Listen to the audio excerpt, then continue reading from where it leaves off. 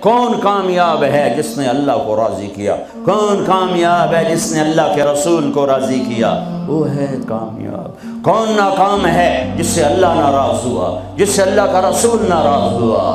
کون ناکام ہے؟ قد افلح من زکاہا وقد خاب من دساہا، جس نے اپنے آپ کو گناہوں میں دھکا دے دیا ناکام ہے، جس نے اپنے آپ کو گناہوں سے نکالا اور اللہ کی فرمانبرداری کا پاکیزہ غسل کیا، یہ کامیاب ہے۔ جو جنت میں پہنچا وہ کامیاب، جو جہنم میں پہنچا وہ ناکام۔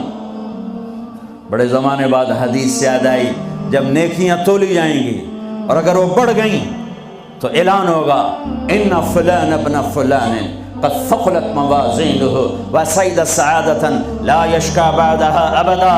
لوگو فلاں فلاں کا بیٹا یا فلاں فلاں کی بیٹی، اس کی نیکیاں بڑھ گئی ہیں اور وہ کامیاب ہو گیا ہے، اب کبھی ناکام نہ ہوگا۔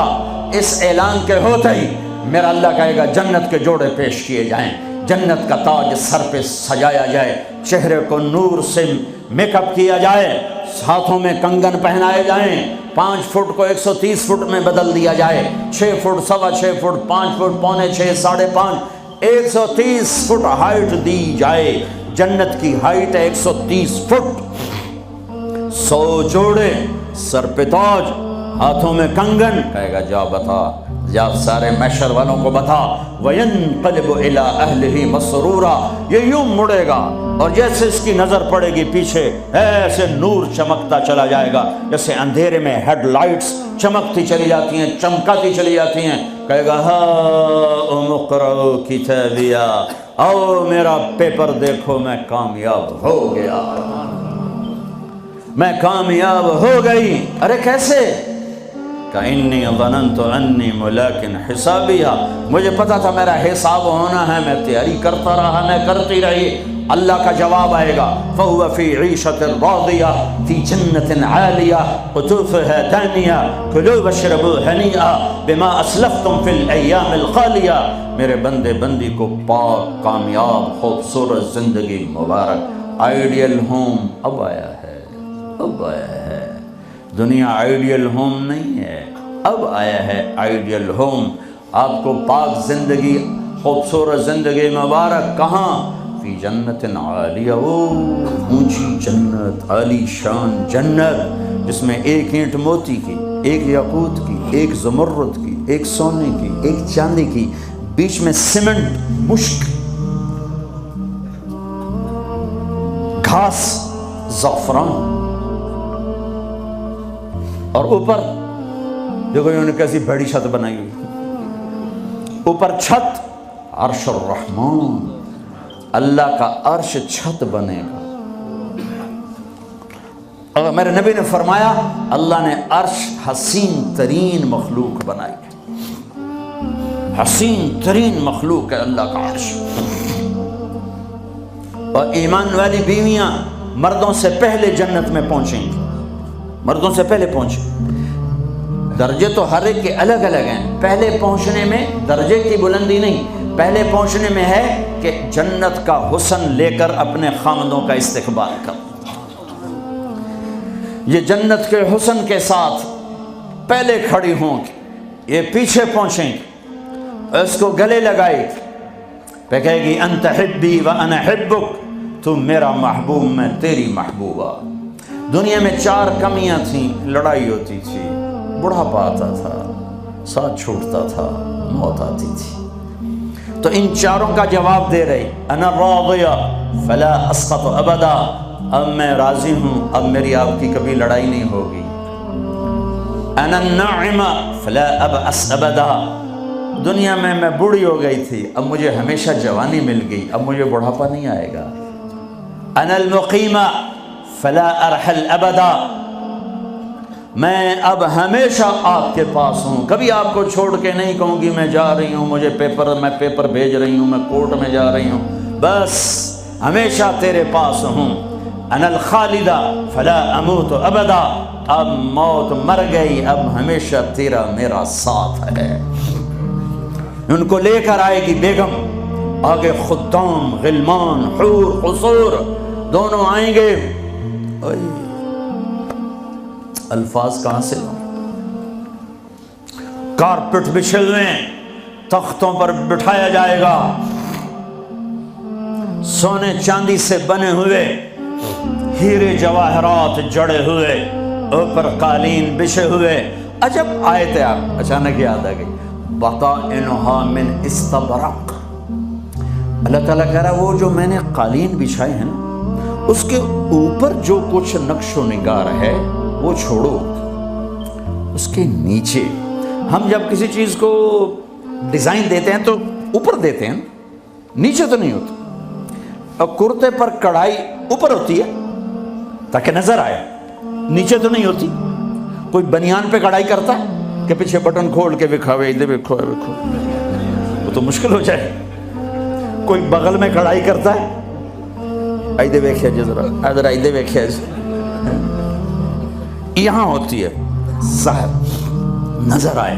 واہ میرے رب، میرا رب فرما رہا ہے کہ وہ جو میں نے اس کے اوپر بنایا ہے نا، وہ تم سمجھ نہیں سکتے۔ وہ قالین ایسے زمین پر پڑے ہوئے ہیں، تو زمین کے جو نیچے والا حصہ ہے وہ تو اٹھا کے دیکھیں گے تو نظر آئے گا نا۔ وہ اگر فلیٹ بھی ہو تو کیا مسئلہ ہے، فلیٹ ہی ہوتا ہے، جو کچھ ہوتا ہے اوپر ڈیزائن ہوتا ہے۔ پر میرے رب نے کہا اوپر والا تو میں بتاتا نہیں، جب تم اسے اٹھا کے دیکھو گے تو تمہاری آنکھیں ایسے ایسے ہو جائیں گی۔ ایسے حسین ڈیزائن میں نے نیچے بنائے ہیں کہ تمہاری آنکھیں برداشت نہ کر سکیں، تو اوپر کا ڈیزائن کیسا ہوگا جس پہ تمہیں بٹھاؤں گا، کہو تکیے لگاؤں گا، آگے سرائیاں ہوں گی، ان میں معین کی شراب ہوگی۔ کیا دنیا کی شراب پیتے ہو، منہ میں بدبو، پیشاب اندر نکل رہا ہے، ادھر گرا پڑا ہے، ادھر گرا پڑا ہے، گردے خراب ہو رہے ہیں، جگر خراب ہو رہا ہے۔ کہا ٹھہر تو صحیح، معین کی شراب تیار ہے، اور ایک شراب کا نام ہے رحیق۔ رحیق جو صرف وی آئی پیز کے لیے ہے، جنت الفردوس۔ جو باقی جنتی ہیں اس میں تھوڑا قطرہ ڈالا جائے گا، جیسے ہم زمزم نہیں لاتے تو 2-4 قطرے پانی میں ڈال کے دے دیتے ہیں، تو میرا رب رحیق کی شراب سارے جنتیوں کو ایسے 2-4 قطرے ڈال کے دے گا۔ لیکن جو اوپر والے ہیں، رحیق نہیں، سوری، تسنیم، یسقون من رحیق مختوم ختامہ مسک ومزاجہ من تسنیم عینا یشرب بها المقربون۔ رحیق کی شراب تو عام ہے، تسنیم، تسنیم جنت الفردوس، سورہ مطففین، جنت الفردوس، جنت الفردوس کی شراب ہے جو صرف جنت الفردوس والے پئیں گے۔ نیچے والوں کو 2-4 قطرے ڈال کے پلائے جائیں گے، اور اوپر والوں کو خالص پلائی جائے گی، اور پلانے والا اللہ خود ہوگا۔ وَسَقَاهُمْ رَبُّهُمْ شَرَابًا طَهُورًا۔ یہ تیرا رب تمہیں پلاتا ہے۔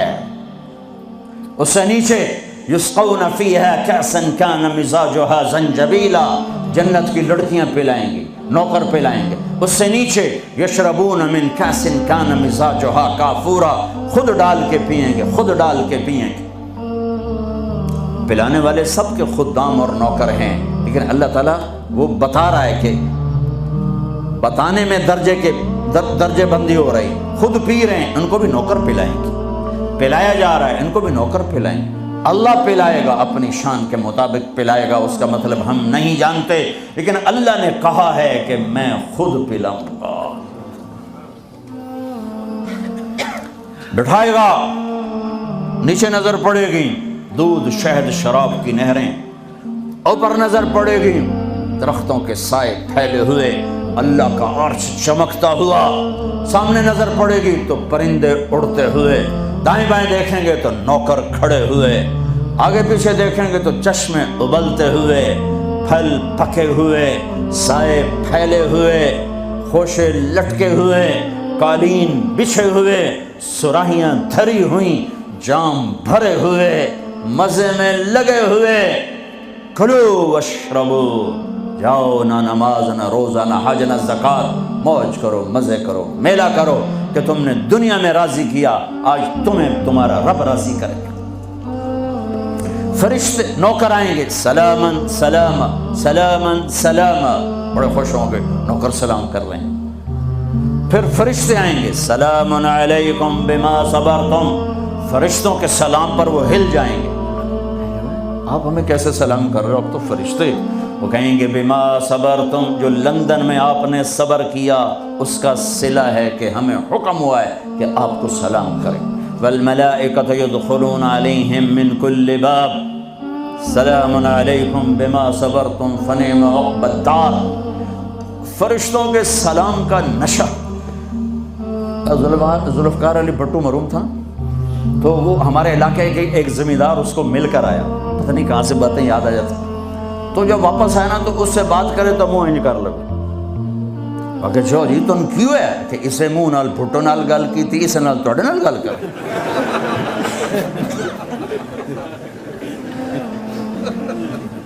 وہ ایک نشہ ہوگا. بھٹو بھی ہمارے ایک تھوڑی سی حکومت ملی تو اس نے اس کو اپنی عزت محسوس. جب فرشتے آ کر سلام کریں گے تو ہوا میں اڑ جائیں. فرشتے سلام کر رہے ہیں، ہمیں ایک دوسرے کو دیکھ رہے ہیں، خوش ہو رہے ہیں، حیران ہو رہے ہیں. ہائے ہائے ہائے، ابھی یہ حیرانی لذت باقی ہوگی. ایک دم میرے رب کا عرش یوں کھولے گا اور اللہ سامنے آ کر کہے گا سلام قولا من رب الرحیم. میرے بندے